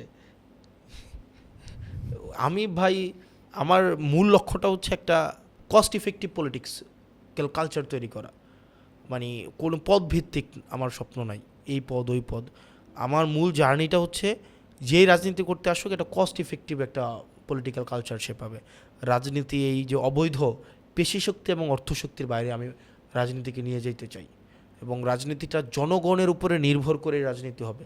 এবং আমি একটা কথা বলে রাখি, সেটা হচ্ছে আমি নির্বাচন করেছি, আমার একটা পয়সাও খরচ হয় নাই, জনগণের আমার কিন্তু নির্বাচন করতে কি পয়সা খরচ হয় না? হয়েছে, কিন্তু এটা জনগণ খরচ করছে আমার জন্য, কোনো ব্যবসায়িক মহল না, মানুষ নিজে খরচ করেছে। এই কালচারটা হচ্ছে কি আমি পুরো দেশে হচ্ছে আমি ছড়াইতে চাই, যেন কোনো রাজনীতিবিদকে দুর্নীতি করতে না হয়। আমি ব্যক্তিগতভাবে বিশ্বাস করি যে আমার পয়সার যদি প্রয়োজন হয় মানুষকে বললে আমাকে দিবে, বা আমি এটা কোনো কাজ করতে যদি আটকাই যাই, সেখানে যদি কোনো আমার ইনস্ট্রুমেন্টাল হেল্প লাগে, আমি যদি মানুষকে বলি সেক্ষেত্রে আমাকে হেল্প করবে, আমাকে এমন এই আস্থাটা আমার তৈরি হয়েছে। তো সেজন্য আমি বারবার সব কিছুতে আমি কিন্তু মানুষের কাছে ফিরে যাব, আমার প্রয়োজনের সময় মানুষের কাছে ফিরে যাব, আবার আমার প্রত্যাশা পূরণ হয় মানুষের কাছে ফিরে যাব। এই জন্য আমি চাই রাজনীতিটা দিন শেষে মানুষ সবাই যেমন কেউ যেন অ্যাসালমের কাছে ফিরে না যায়, কারণ যারা অ্যাসালমের কাছে ফিরে গিয়েছে তারা জানে তাদেরকে জনগণ পয়সা দিবে না, কারণ তাদের প্রতি মানুষের এই আস্থাটা নাই। এই কারণে তারা দিন শেষে আবার ওই অ্যাসালমের কাছে ফিরে গিয়েছে। তো আমি চাই কোনো রাজনীতিবিদ যেন ব্যবসায়ীদের কাছে জিম্মি না হয়, নির্দিষ্ট কোনো অলিগার গ্রুপের কাছে তাদের রাজনীতিটাকে বন্ধক দিতে না হয়, তারা যেন দিন শেষে জনগণের কাছেই ফিরে যায়। এই কালচারটা তৈরি করাটাই হচ্ছে আমার রাজনৈতিক হচ্ছে একটা এক ধরনের লক্ষ্য, একটা জার্নি। পদভিত্তিক কোনো অ্যাম্বিশন নাই। আপনারা সশস্ত্র বাহিনী দিবসের অনুষ্ঠানে বেগম জিয়ার সাথে একটা কুশল বিনিময় আপনাদের হয়েছিল, আপনাদের কোনো কথোপকথন ছিল তখন? আমাকে হচ্ছে শিমুল বিশ্বাস সাহেব এবং হচ্ছে সালাউদ্দিন সাহেব পরিচয় করায় দেয়। সালাউদ্দিন সাহেব বলেন যে ওর নাম হচ্ছে হাসনাত। তো এই কথাটা বলার পরে ম্যাডাম বলেন যে ও তোমাকে আমি চিনি চিনি, অ্যাক্টিভিটি আরও বাড়াইতে হবে, অ্যাক্টিভিটি আরও বাড়াইতে হবে, এই কথাটা উনি বলেন। এবং উনি খুব মানে পজিটিভ একটা হচ্ছে আমাদের প্রতি একটা দৃষ্টিভঙ্গি আমাদের কাছে মনে হয়েছে ছিল, ওয়েলকামিং একটা জেস্টার ছিল। এবং যে অ্যাক্টিভিটি আরও বাড়াইতে হবে এটাও সবসময় মনে থাকবে। নোটিস করেছেন, তখন অ্যাক্টিভিটি উনি দেখেছেন। নভেম্বরের 21 তারিখ ছিল, 2024 সালের নভেম্বরের 21 তারিখ, তখন আগস্ট, সেপ্টেম্বর, অক্টোবর, নভেম্বর, ওই সময় অনেক ক্রাইসিসের মধ্যে দিয়ে যেতে হয়েছে। তো নিশ্চয়ই এই বিষয়গুলোকে উনি দেখেছেন, তো সেজন্যই উনি বলেছেন যে হ্যাঁ তোমার আমি চিনি এবং তোমার অ্যাক্টিভিটি বাড়াইতে হবে। অনেক ভারী ভারী আলাপ হয়েছে, পার্সোনাল লাইফে একটু আসি। এমপি হওয়ার আগে এবং এমপি হওয়ার পরে মানে মেজর পার্থক্যগুলো কি? কোন জিনিসটা এনজয় করেন, কোন জিনিসটা মনে হয় যে না থাকলে আরও ভালো হতো? এমপি হওয়ার পর হচ্ছে অনেক বেশি আমি পার্টিজান হয়ে যাচ্ছি মনে হচ্ছে। এমপি হওয়ার আগে আমার সবার কাছে যে যাওয়াটা আমি মিস করি, আমি নির্বাচনী ক্যাম্পেইনটা অনেক মিস করি। নির্বাচনী ক্যাম্পেইনে আমি সবার কাছে যেতে পারতাম, সে বিএনপি করুক, সে জামাত করুক, সে যেই দলই হোক না কেন, প্রত্যেক ঘরে ঘরে যে যাওয়ার যে বিষয়টা ছিল এবং তাদের যেই আমাকে গ্রহণ করার এক ধরনের উপলক্ষটা, ওইটা আমি মিস করি। এখন তো অনেক বেশি ক্লারিক্যাল অ্যাক্টিভিটি, পার্লামেন্টে অনেক বেশি ক্লারিক্যাল অ্যাক্টিভিটি, রুটিন অ্যাক্টিভিটি। তো রুটিন অ্যাক্টিভিটির মধ্য দিয়ে আসলে জনগণ বিচ্ছিন্নতা বোধ আমার এটা তৈরি হচ্ছে, যেটা আমার কাছে একটু বার্ডেন মনে হয়। রেদার ওই জিনিসটাকে আমি এনজয় করতাম, সারাদিন সকাল থেকে ফজর থেকে রাতের 12টা পর্যন্ত মানুষের বাড়ি বাড়ি যাওয়া, যেখানে খাওয়ার সময় হতো সেখানে যার বাড়িতে খাওয়ার সময় হতো ওখানে দেখা যেত, ওখানে আপ্যায়ন করা হতো, বিভিন্ন মসজিদে নামাজ পড়া, মানুষ অভিযোগ নিয়ে আসতো, কথা বলতাম, এই জিনিসগুলো এনজয় করি। তো এই জিনিসটার জন্য আবার হয়তো 5 বছর অপেক্ষা করতে হবে আগামী নির্বাচনের জন্য, আল্লাহ যদি বাঁচায় রাখে। এই ছোটবেলায় যখন এইম ইন লাইফ প্যারাগ্রাফ লিখতেন পরীক্ষার খাতায়, তখন এইম ইন লাইফ কী ছিল, ওইটার সাথে এখনকার যে ডিফারেন্স, ওইটা আসলে মানে মিস করে? আমার এম ইন লাইফ না কোনো সময়, মানে আমি চাইছি যে জীবনে কিছু একটা এক্সেপশনাল কিছু একটা করতে। আমি কোনো দিন ওই যে এম ইন লাইফের বিষয় থাকে না, ডাক্তার হবে, ইঞ্জিনিয়ার হবে, এটা সেটা, এটা আমার কোনো দিনও মানে আমি কোনো দিনও লিখি নাই, বা কোনো দিনও আমি এটা পড়িও নাই, শিখিও নাই। বানায় বানায় তো লেখার অভ্যাসটা ছোটোবেলা থেকেই ছিল। মানে কিছু একটা লিখতাম, মানে কিছু একটা হইতে চাইতাম, মানে কিছু একটা, বাট এটা এক্সেপশনাল মানে একদম ট্রেডিশনাল যে রেওয়াজ অনুযায়ী কিছু হইতে চাইতাম না। তবে পলিটিক্স করবো এটা যে একদম ওরকম না, তবে পলিসিতে কন্ট্রিবিউট করবে এইটা সবসময় ছিল, এবং এটা গুছিয়ে এই চিন্তাটা গুছানো ছিল। ক্লাস 8-9-এ যখন পড়ি তখন থেকেই এটা, মানে যেহেতু ডিবেট করতাম, কালচারাল প্রোগ্রামগুলোতে অ্যাক্টিভ ছিলাম, তখন থেকে এই চিন্তাটা খুব গুছানো একটা চিন্তা ছিল যে জীবনে পলিসিতে কন্ট্রিবিউট করতে পারি যেন, ওই বিষয়গুলো। তো সেই জন্য এডমিনে আসতে চাইতাম বা ফরেনে যাইতে চাইতাম, যেন পলিসিতে কন্ট্রিবিউট করতে পারি। তো এটা ভাবি নাই যে পলিটিক্সে আইসা পলিসিতে কন্ট্রিবিউট করব, ওইটা ভাবি নাই। পলিটিক্সে চলে এসেছেন, পলিটিক্সের ভেতরটা দেখেছেন, বাইরেটাও দেখেছেন। নিজের সন্তানকে কি কখনো পলিটিক্সে আসার পারমিশন দিবেন? আমার পারমিশন দেওয়ার তো বিষয় না। আমার সন্তান এখন একটু খুব কম সময় বলার, সে বয়স 6 মাস, সে তো মাঝে মাঝে তাকায়, মাঝে মাঝে চিনে, মাঝে মাঝে চিনে না। তারপর হচ্ছে সে যেটা জীবনে, আমার মাও বাবাও আমাদেরকে চাইছে আমরা জীবনে যেটাই করতে চাই করতে দিয়েছে, কিন্তু সার্টেন কিছু রুলস রেগুলেশন ছিল, একটা লাইন ছিল যে এগুলো করা যাবে না। কি করতে হবে সেটা কখনো বলে নাই, করা যাবে না। যেমন আমারও কিছু করা যাবে না, কিছু ব্যাপার থাকবে, আর কি করবে সেটা সে নির্ধারণ করবে, সেটা তো আমরা ডিকটেট করতে চাই না আর কি। আমি কয়েকজন পলিটিশিয়ানের নাম বলবো, তাদেরকে এক বাক্যে ডিফাইন করতে হবে আপনার। সো শুরু করি। প্রথমে সালাউদ্দিন আহমদ সাহেব। ওনাকে রাজনীতিতে বিভিন্ন বিষয়ে অনেকদিন উদাহরণ হিসাবে ওনার নাম আসবে। আন্দালিব রহমান পার্থ। অসাধারণ উপস্থাপনা, জনাব নাহিদ ইসলাম। খুব সূক্ষ্ম চিন্তা এবং দূরদৃষ্টি সম্পন্ন মানুষ। আব্দুল আউয়াল মিন্টু। ওনার সাথে তো ওই ধরনের মানে সুযোগ হয় নাই। পার্লামেন্ট একটা গ্যাঞ্জাম হয়েছিল, পরে পার্লামেন্টে একদিন দেখা হয়েছিল, he is very welcoming, doctor Shafiqur Rahman. Accommodative. প্রধানমন্ত্রী জনাব Tarique Rahman. He looks to be very accommodative, but I am not sure whether he is accommodative or not, but he looks to be accommodative. বাংলাদেশের পলিটিক্স, এটার নেক্সট ডিরেকশনটা আসলে কি, কোন দিকে যাচ্ছে? বাংলাদেশের হচ্ছে একটা সংকটের মধ্যে ইতিমধ্যেই আমরা শুরু হয়েছে, একটা সংকট শুরু হয়েছে। আমরা মনে করেছিলাম যে সমাধানের সূচনা হবে, কিন্তু একটা সংকটের সূচনা হয়েছে, এবং এই সিচুয়েশনটা বেসিকলি জেনারেটিং মোর কোয়েশ্চেন্স, মোর কনফিউশনস, মোর প্রবলেমস দেন অ্যান্সার। এবং আমরা এটার মধ্য দিয়ে যে সংকটটা শুরু হলো, পরবর্তী রাজনীতিটা আসলে স্ট্রাকচারাল রিফরমেশনের দিকে যাবে। যে জায়গা থেকে সরকার সরে এসছে সেই বিষয়গুলো হচ্ছে বারবার সারফেসে আসবে।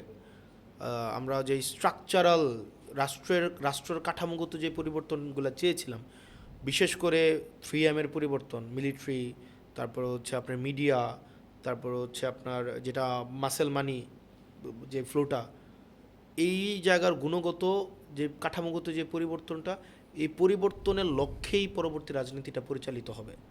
আর যেই আইডিওলজিক্যাল যে পলিটিক্সটা, এই পলিটিক্সটা মেইন স্ট্রিম কে বিভিন্নভাবে বিভাজন করার জন্য বারবার করা হবে, কিন্তু দিন শেষে এগুলোর উপযোগিতা মানুষের জনজীবনে কতটা প্রভাব রাখবে সেই জিনিসটা হচ্ছে প্রশ্নবিদ্ধ।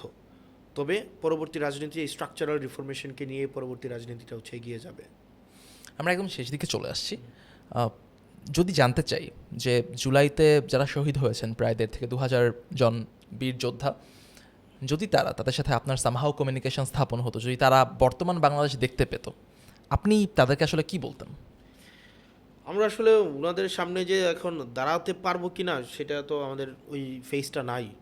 আমরা তো ওনাদের আত্মত্যাগের বিনিময়ে আমি এমপি হয়েছি, অনেকে মন্ত্রী হয়েছে, কেউ প্রধানমন্ত্রী হয়েছে, কেউ দপ্তরগুলো ভাগ করে নিয়েছে, কেউ পরিবারের মধ্যে আবার তার বিভিন্ন দপ্তর উপদপ্তর বিভিন্ন বিষয়গুলো ভাগ করে নিচ্ছে, কিন্তু আলটিমেটলি যারা আত্মত্যাগ করেছে তারা তো কিছুই পায় নাই। তারা তো চেয়েছিল এই ভাগবাটোয়ারা, তাদের আপত্তি নাই, কারণ কেউ না কেউ এটা নিবেই, এটা আপত্তি না, কিন্তু তারা তো চেয়েছিল রাষ্ট্রের একটা গুণগত এবং কাঠামোগত পরিবর্তন। আপনি মনে করে দেখবেন 2018 সালে যখন নিরাপদ সড়ক আন্দোলন হয়, তখন কিন্তু একটা বিষয় ছিল, তখনকার সময় একটা এই প্রজন্মের একটা আর্জ তৈরি হয়েছিল, রাষ্ট্র সংস্কার চলছে। রাস্তা সংস্কারের এই ব্যানারটা সরাই দিয়ে, প্ল্যাকার্ডটা সরাই দিয়ে ওখানে ছিল যে রাস্তার সংস্কার না, রাষ্ট্রের সংস্কার কাজ চলছে। এই যে সংস্কারের আইডিয়াটা কিন্তু এটা প্রজন্মের একটা চাওয়া, প্রজন্মের প্রত্যাশা। এই প্রজন্মের কিছু মানুষ কিন্তু এই অভ্যুত্থানে আত্মত্যাগ করেছিল। এই আত্মত্যাগের বিনিময়ে আমরা পেয়েছি পার্লামেন্টে কিছু আসন, কেউ পেয়েছে মন্ত্রণালয়ে কিছু মন্ত্রিত্ব, কিছু দপ্তরের মন্ত্রী, কেউ পেয়েছে প্রধানমন্ত্রিত্ব। তো দিন শেষে যারা রিয়েল হিরোজ এই অভ্যুত্থানের, তারা এখান থেকে কিছুই পায় নাই। তারা তখনই পাইতো যদি আমরা তাদের আকাঙ্ক্ষাটাকে বাস্তবায়ন করতে পারতাম। এটা আমাদের জন্য একটা মেসিভ ফেলিওর। আমরা ব্যক্তি পর্যায়ে আমরা অনেক বেশি রিকগনাইজড হয়েছে, আমরা অনেক বেশি মানুষের ভালোবাসা পেয়েছি।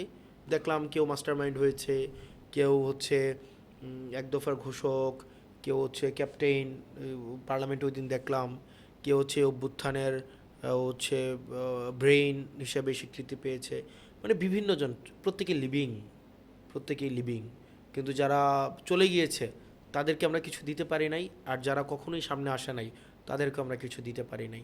এটা আমাদের সামষ্টিক ব্যর্থতা। এটা আমরা যারা ক্ষমতাকে যে কোনো ফর্মে, আমি কি ক্ষমতার কোনো না কোনোভাবে আমি সুবিধা ভুগি না? অবশ্যই। আমি তো কোনো না কোনোভাবে আমাকে একটা যখন যাই কোনো না কোনো জায়গায়, তো আমি অন্য 8-10টা মানুষ থেকে একটু এক্সট্রা বেনিফিট পাই। দৃশ্যমান বেনিফিট তো অবশ্যই পাই, এটাকে তো অস্বীকার করার কোনো সুযোগ নাই। আমি একটা লাইনে দাঁড়াইলে আমাকে 5জন মানুষের সামনে দিয়ে আগায় দেওয়া হয়, এই বেনিফিটটা তো আমি পাই, মিনিমাম এই বেসিকটা তো আমি পাই। এটা তো আমার পাওয়ার কথা ছিল না। তো এটা আমাদের সামষ্টিক, যারা আমরা এই বেনিফিটের অংশীদার, এটা আমাদের সামষ্টিক ব্যর্থতা। যারা জীবন দিয়েছে, যে কারণে জীবন দিয়েছে, সেটাকে আমরা বাস্তবায়ন করতে পারি নাই।